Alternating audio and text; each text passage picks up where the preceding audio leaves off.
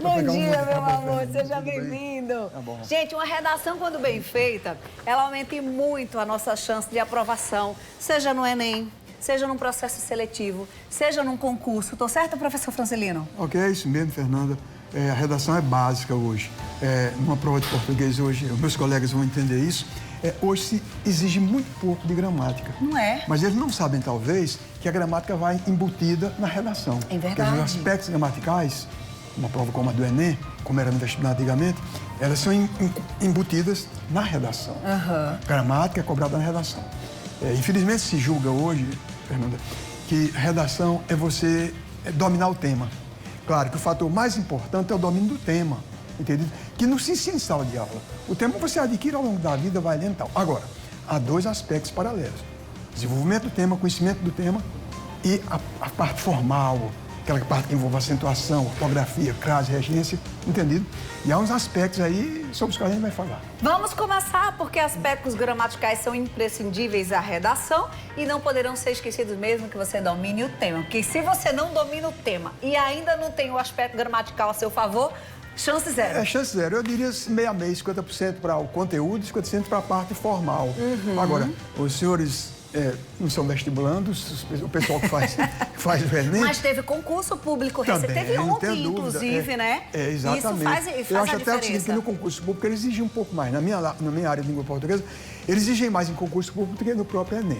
Entendido? Agora, importante verificar isso, que tudo que há de gramática não está contextualizado na prova, mas é cobrado dentro da redação. A gente podia, então, Fernanda, colocar alguns aspectos de redação. A gente já está militando nisso há muito tempo. O problema de... Hoje há uma corrente que vai por internet. Desgraça, aquela história de você começar um período com o pronome oblíquo. Me passe isso, me ajude isso.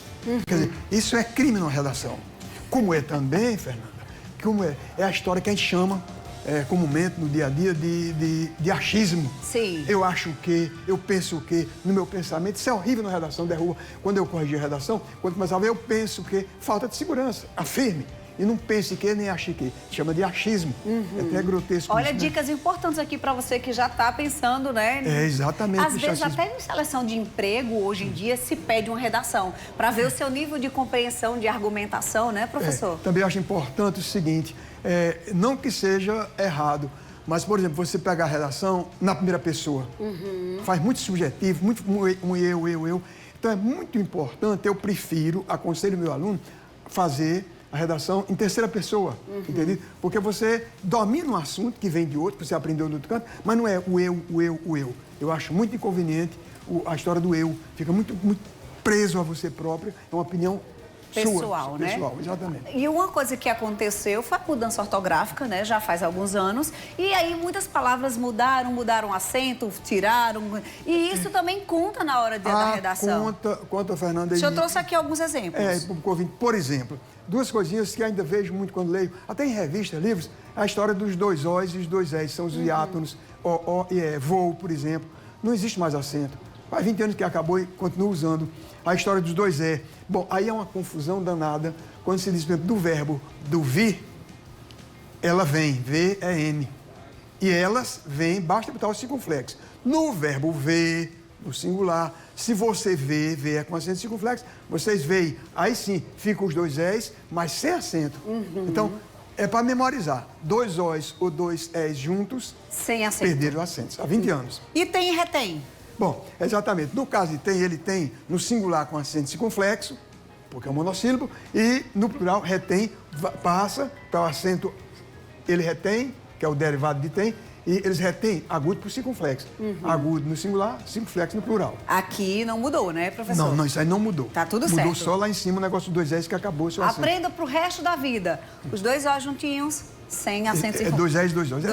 É simples, não precisa saber gramática para isso, memoriza. Memoriza, esse aqui é para todo sempre. Vamos seguir daqui. Bom, a história do trema. O trema é uma coisa... Eu, pessoalmente, evidentemente, eu não creio que devesse ser extinto o trema. É um problema. O brasileiro, ele tem muita mania de tirar trema, por causa do espanhol, tranquilo. Havia uns governantes aqui, eu estou tranquilo. Era. Você sabe disso? Pois bem, então o trema acabou-se. Isso não quer dizer, eu já ouvi aluno me perguntar... A pronúncia mudou? Exatamente, a dúvida do aluno. Acabou-se o trema, mas as pronúncias continuam como eram. Entendeu? Então você tem aí sequência, continua sequência. Quinquênio, que tira 2 tremas. Quinquênio para pronunciar o 50, tranquilo. Então, sem trema, mas permanece a pronúncia do U. Já em questão, quermesse, etc., que não tem tema, não se pronuncia o U. Então, o problema... E como é que eu vou saber ensinar meu filho, meu aluno, quando é um... Aí o dicionário hoje é obrigado a trazer a pronúncia figurada. Isso que foi inconveniente de tirar esse trema, entendido? Mas o que era pronunciado como trema, com pronúncia do U, fica. O que não era, desaparece. Só não usa mais trema em canto agora, nenhum? De jeito nenhum. De jeito nenhum. Acabou os 2 pontinhos em cima. Agora, essa história do ditongo aberto, meus ex-alunos vão ver... Eu falo muito ei, oi, eu. Ei, oi, eu. Uma frasinha curta. Ei, oi, eu. É o seguinte, os problemas, esse acento foi extinto em parte, mas o alunado hoje, ou quem escreve, continua, você vê em livros bem editados. Por exemplo, no caso do ei, quando o ei tem som fechado, nunca teve acento. Rei, leio, ou seja, a sílaba final, ou seja, uma paroxítono. Não tem acento porque o som é fechado. Quando o som é aberto, é que vem o problema. Réis, continuou com acento porque é um monossílabo tônico, réis. Agora, ideia, quando você tem esse outro A aqui, permaneceu o EI aberto. Mas quando você tem uma vogal subsequente, perdeu o acento. Foi o que aconteceu com a assembleia. Com a assembleia, com ideia. A mesma coisa se diz com aí, olha. Som fechado não se fala em acento. Boi. Mas se você pega som aberto, herói tem porque é a sílaba final. Mas heróico, o aí perdeu porque não é a sílaba final. Entendido? Quer dizer, isso é um detalhe importante, fácil de memorizar. Ainda tem a história do eu.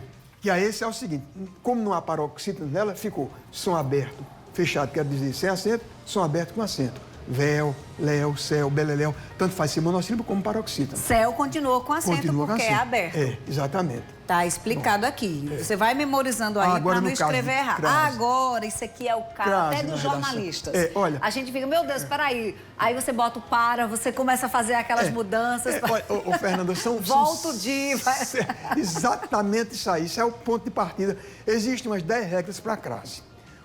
Pediram-me que eu falasse sobre esta, que é esta da crase antes dos locativos lugares. Sim. Por que é que eu vou a Paris é sem crase e vou a Paraíba é com crase? É porque é estado, é município, é nação, não tem nada a ver uma coisa com a outra. Foi locativo. Locativo se refere a tudo. País, estado, cidade, tudo. Então, primeiro detalhe, aí você tem que saber, ter um conhecimento básico. Paris é uma palavra masculina. Entendido? Então, jamais você pode colocar uma crase antes. Agora, o problema é você descobrir o que é masculino e o que não é masculino. França é feminino, Paris é masculino. Masculino, nunca. Masculino, nunca crase. Femininos, depende. Aí lá vem o problema. Mas é fácil. Aí é onde seu raciocínio, que você falou, vem o de ou vem o da. Por exemplo, como Fortaleza e Paraíba são femininos, basta se fazer o jogo. Vou a Fortaleza, venho de ou da? Venho de. Se eu venho de... É masculino.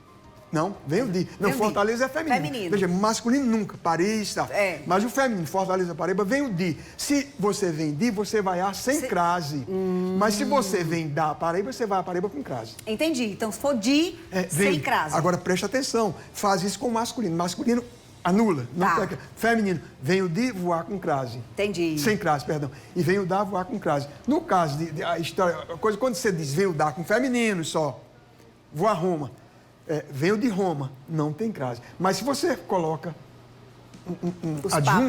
um adjunto qualquer, aí passa a pegar a crase. Mas o mais importante são esses dois casos. Esse terceiro caso professor Raquel, até agora estava tudo certo. Aí acrescentou. É memorizar. Quem está em casa filma e faça o seguinte. Anota, faz no WhatsApp. Começa já errando menos.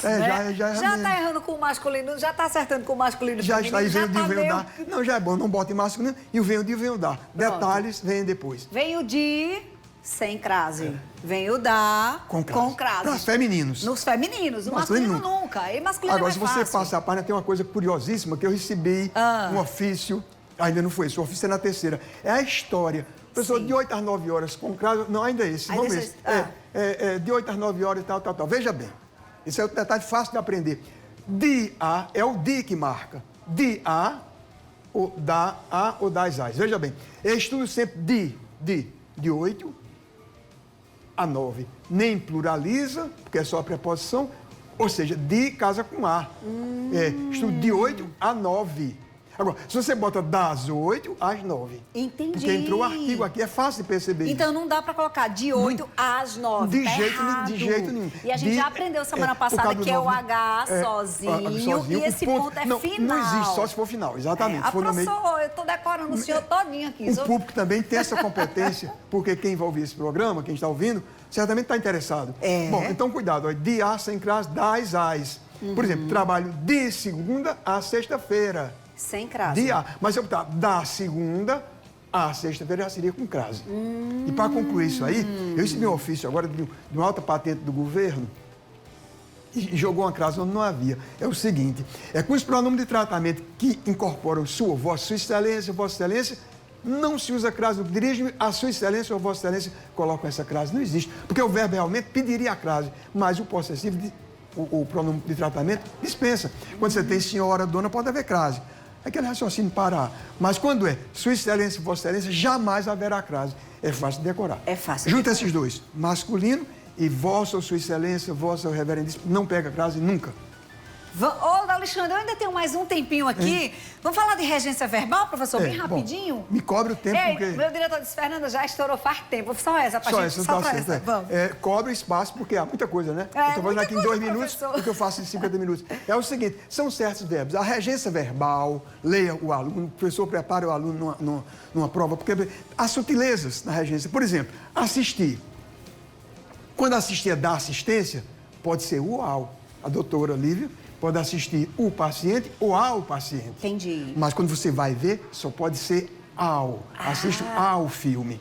O de cima, julgam que são excludentes, não. Assistir o ao é da assistência. Se for o doente, pode usar um dos dois. Mas se for o filme, é só somente ao, perdão. Assistir ao filme. Entendido? Muito. Olha, o professor Flocilino, ele traz um monte de coisa aqui. Eu passaria o dia todo mas aqui. Bom... Vamos tentar trazer o senhor de volta.